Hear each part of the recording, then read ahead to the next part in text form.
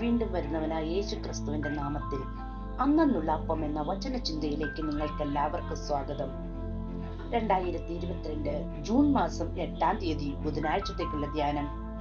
ഇന്നത്തെ അല്പനേരത്തെ വചന ചിന്തയ്ക്ക് വേണ്ടി നമുക്കൊരു വാക്യം വായിക്കാം. ലൂക്കോസിന്റെ സുവിശേഷം 10-ാം അധ്യായം 42-ാം വാക്യം.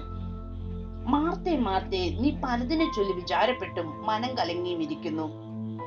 ദുഃഖം ഹൃദയ കലക്കത്തെ ഉണ്ടാക്കുന്നു, കണ്ണുനീർ വരുന്നു, മനസ്സിൽ ഒരുപാട് വിചാരങ്ങൾ ഉണ്ടാക്കുന്നു.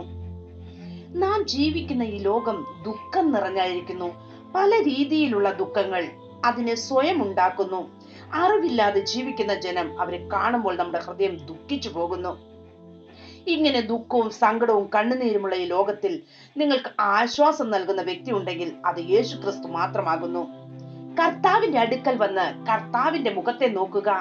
ആ സമയത്ത് നിങ്ങളുടെ സകല ദുഃഖങ്ങളും മാറി ഇരുട്ട് നീങ്ങി ദൈവിക സമാധാനവും വെളിച്ചവും നിങ്ങളിൽ വരുവാനിടയായിത്തീരും.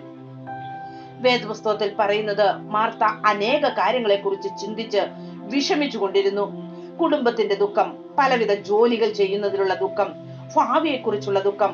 പക്ഷെ ആ ദുഃഖങ്ങൾ മാറ്റുവാൻ വേണ്ടി അവൾക്ക് അല്പസമയം കർത്താവിന്റെ അടുക്കൽ ഇരിക്കുവാൻ കഴിവില്ലായിരുന്നു.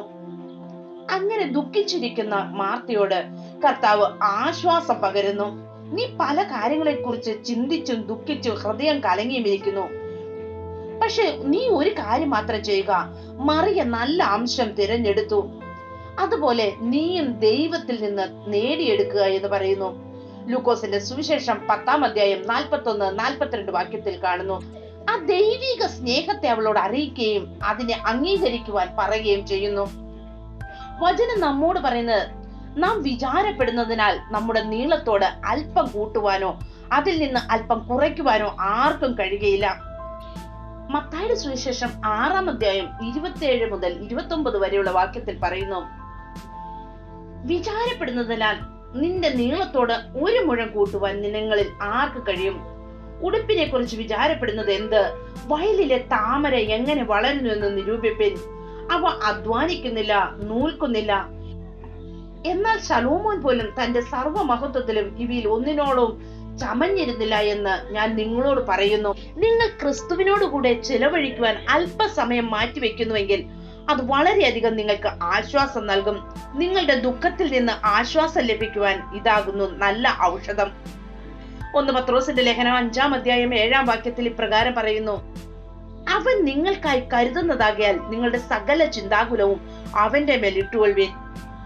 ദൈവമക്കളെ, കർത്താവ് സമാധാനത്തിന്റെ കർത്താവായിരിക്കുന്നു. നിങ്ങളുടെ ദുഃഖങ്ങൾ ഇല്ലാതാക്കുവാനുള്ള ഔഷധമായിരിക്കുന്നു കർത്താവ്. ഇപ്പോൾ തന്നെ നിങ്ങളുടെ സകല ദുഃഖങ്ങളും ആ കർത്താവിന്റെ മേൽ വെച്ച് നിങ്ങൾ രക്ഷ പ്രാപിക്കുവാൻ ശ്രമിക്കുക.